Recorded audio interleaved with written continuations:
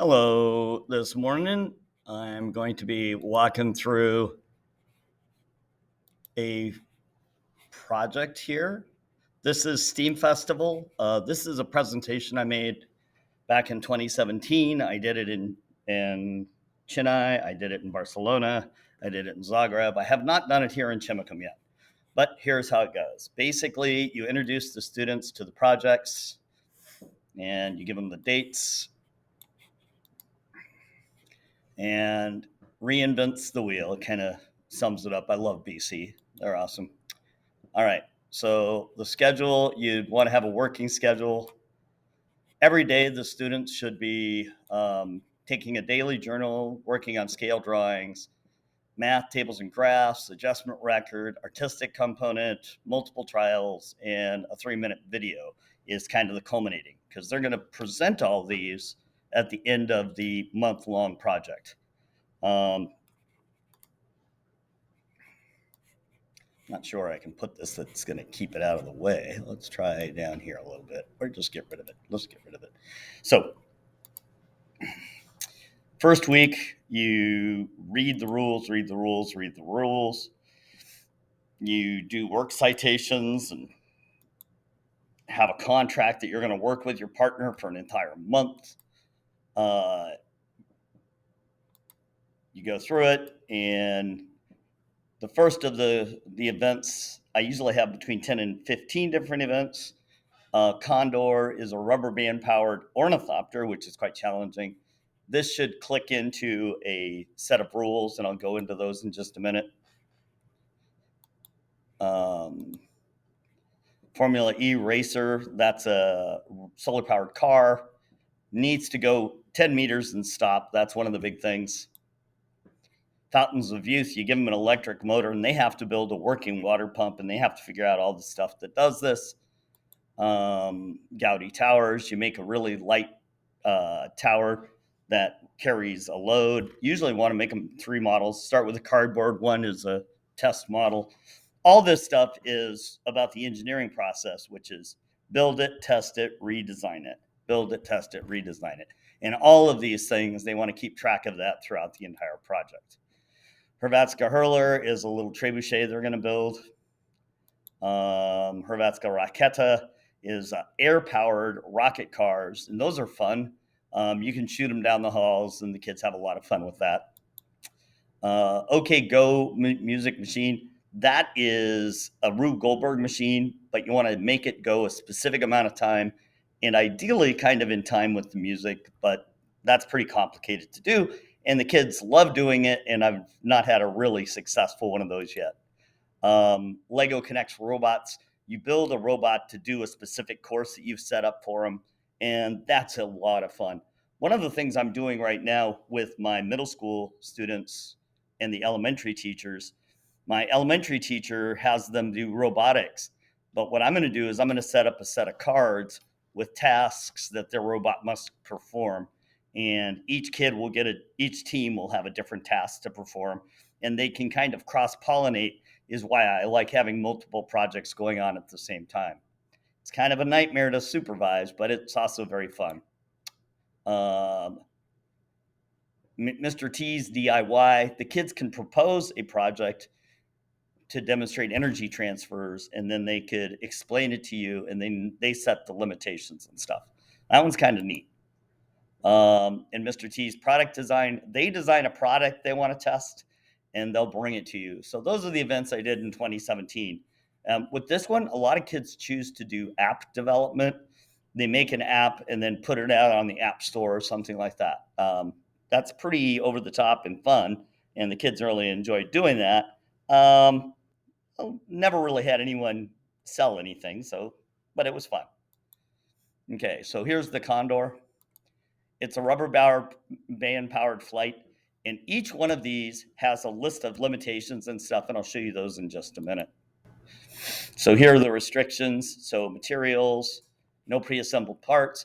This one here, if you want to simplify it down, you can turn it into a rubber band powered airplane. Much easier to build. You can make a rubber band powered airplane and then make it so it can fly in circles in a gym. That becomes quite competitive. Now, the ornithopters, just getting them to fly and flap for 6 to 8 wing beats is pretty impressive.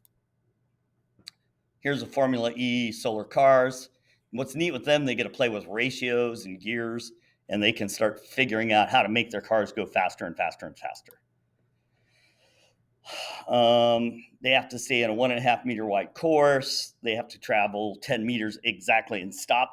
That's always a tricky thing. They've got to figure out how to do a stopping mechanism. One solar panel, one motor, no pre-assembled anything, no pre-assembled wheels or axles. So they've got to figure out how to make wheels roll and what makes a car move. And believe it or not very many kids actually know how to do that. Fountains of Youth. This is the water pump one. You lift water 20 centimeters. What are you given? You get a solar panel and an electric motor, or you give them a battery and an electric motor, and then they have to build a pump. Now, the whole device should weigh less than 2 kilos, and they should be able to move up to 500 milliliters of water, but getting that to work at all is quite challenging. Getting the seals to seal, getting the cavitation and the pump priming to work, that's a challenging project. Now, another one I've done is hover cars, where you give them 2 electric motors and a couple of batteries, and they have to build a working hover car with 2 electric motors. They have to figure out how hover cars work, and that's a lot of fun too.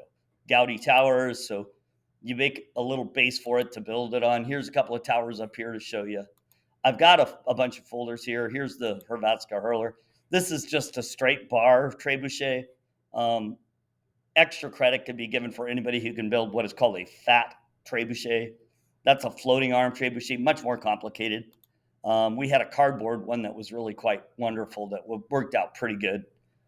They don't throw great, but you can throw golf balls or ping pong balls, something light. Ping pong balls are a little safer to throw around the room. That way, if you throw ping pong balls, you can keep your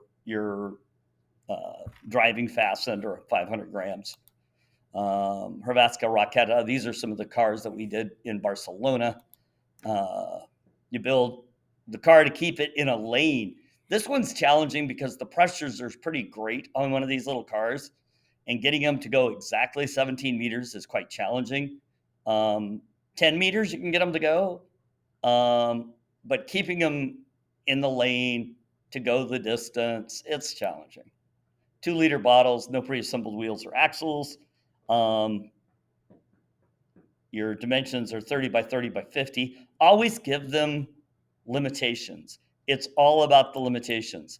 Engineering is designing with what you got, how you got it, with limitations. I'm probably going to do these next fall with my incoming 7th and 8th graders. Here's the one where the OK Go, they have to raise a flag, and then here's some Rube Goldberg machines showing you how they work. That was in Barcelona. We did it in Chennai, and it came out all right too. We added the musical stuff in Zagreb. Connects Robotics, this was fun. We had them go do a course. They herded some sheep, go around a corner, get what's called a Senska Alka, go around the corner, push a dragon off the table, and then return to the table. That's a lot of fun. You don't tell them anything, just give them the Legos robot kit, and they start figuring it out. Here is like a Stirling engine that somebody built. Down here is an electric motor-driven car from a homemade motor, which would be incredibly challenging for a kid to build. The thing is always give them a dollar amount too. I kept them under $10 in Zagreb. I kept them under $10 in Croatia. I mean, in Chennai too, I think. Mr. T's product design apps. You can design. Here's somebody who's going to make these pretty little cell phone speakers. And then it's about product design is about aesthetic, usability, easy to produce, how to market. That gets complicated. So that's a good one. So festival day, what does that look like? You spend the whole day where the kids rotate around the building. You have the kids present on a schedule. I typically would do like every 15 minutes or every 20 minutes, and then they would rotate. So the kids would present their little 3-minute video, they'd demonstrate their device, and then they would take questions from the audience. They have to work in pairs. Never let them work in threes because there's always a deadhead if you have a team of three. They have to keep a journal of what's going on in class. They have drawings and diagrams and adjustments, multiple trials. They have to have 4 to 10 trials of every device that you're going to demonstrate. Here are some videos from back in the year, was showing you some of the stuff about ASB. Looks like all that stuff is pretty much gone now. So the links aren't very useful. So the folder I'm going to give you access to, Laura, is this one. Here are the event problems with the event sheets. Now, you can copy these and modify them to any way you would like. If you want to know more about them, feel free to ask. So here are all the different ones. Now, that's one set of events. Here's another set of events. I've got more of these somewhere. I'll see what I can round up. But I've got more than just these ones. Maybe in my other folders, my AISZ folder. So I'm going to go back to this folder and I'm going to give it to you right now. Actually, I don't think I have your number, Laura Plecker. No. Okay, I'm going to see if, okay. So Laura, I'm going to give you access to this and that's all there is to it.